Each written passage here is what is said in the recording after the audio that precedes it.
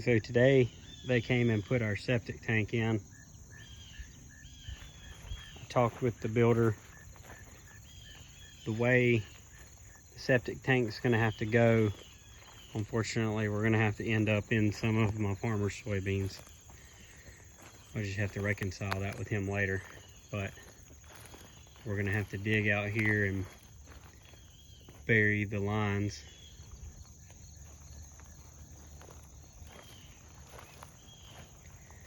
I had to get this bush hogged so they could get in here and have a clear path to be able to do the line laying and all of the septic tank portions that they need to get into. It's going to come out of the house right there, come in here, and then the lines will run out this way, and I'm pretty sure they have to go out that way somehow. I haven't seen the drawing in quite a while, but that's what they're doing this week. I'm glad I got that tractor back and got it done when I did. So today was the first day I officially got to walk up our staircase. So we got our staircase roughed in. It's a long ways up here to the little balcony area. Landing. Still got a good ways to go before you get to the ridge line.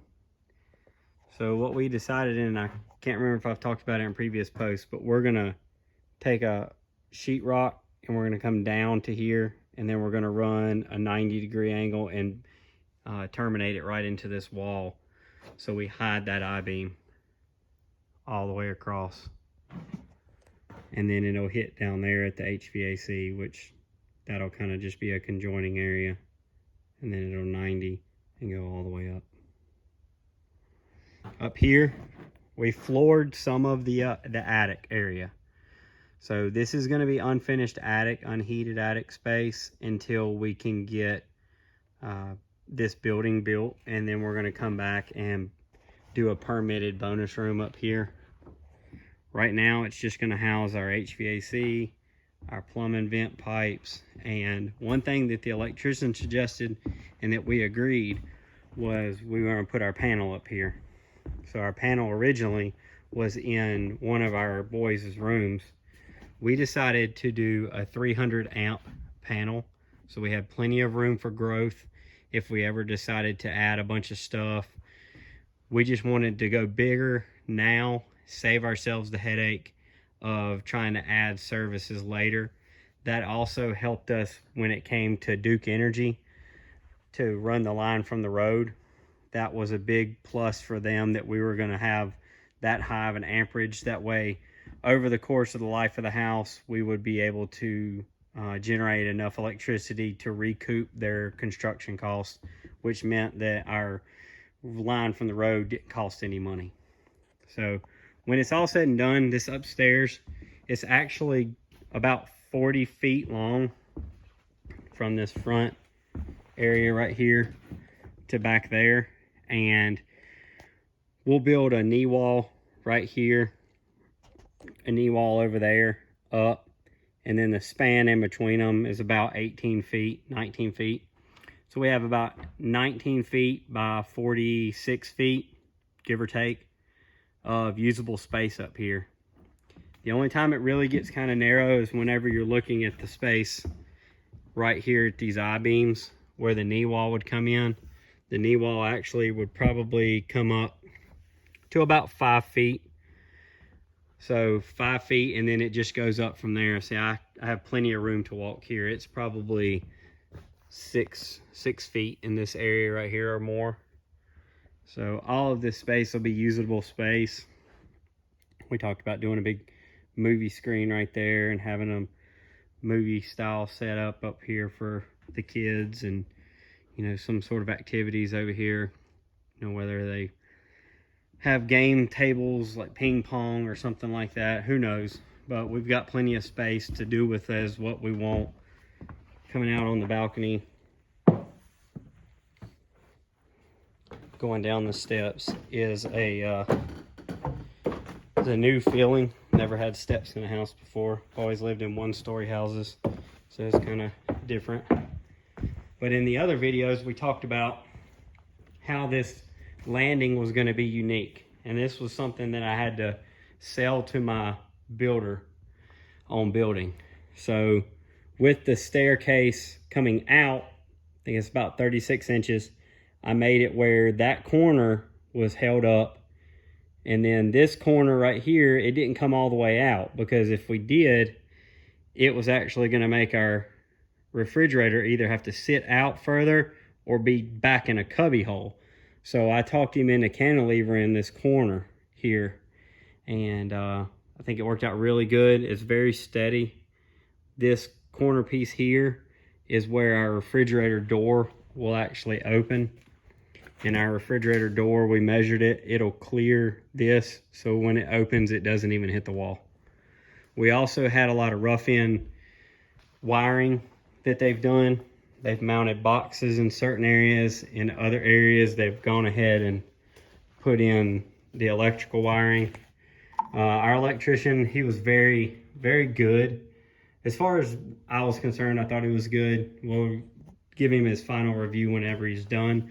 But the meeting that we had with him was he was a very nice guy, and the way he wires up your house is very user-friendly to the person that's actually going to live in the house. So we talked about what's code. Well, code says you have to have a electrical outlet within every 12 feet. And he said, you know what? I'm not pricing it by how many boxes we put in. So we'll put in as many boxes as it takes to make the space a comfortable space electrical wise. So that's one of the things that he did that I was very happy about. So he did that on a personal level. He looks at his clients and says, hey, where do I need outlets? And if I put outlets in now, are there going to be enough in this room for future growth in the room? Things like that. One of the things he did do extra that's going to cost us more is we're going to put some floodlights up outside. I just think being out here in this field, all the way back in the back of the field, anytime that I want to light up the backyard, because we have a lot of wildlife, you know, I've got security cameras.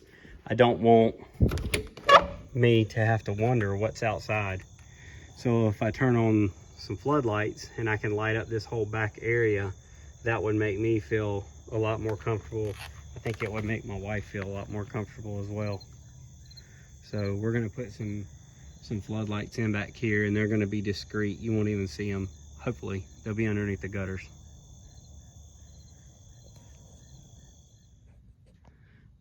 Okay, I started running some cord for my security camera, and it dawned on me that, you know, I'm gonna be stuck with whatever I put behind the wall for the rest of the time, which that's Cat5 cable.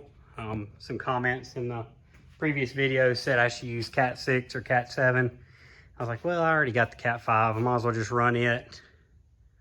But I went ahead and went on Amazon and I ordered Cat7 cable. I realized that with 70 feet, I can't make it from this corner all the way back to where I'm gonna put my DVR.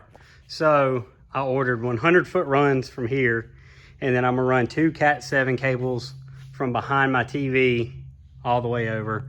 And then I'm gonna just leave those as Cat5. I've already ran them, but the Cat7 will definitely give me a higher speed.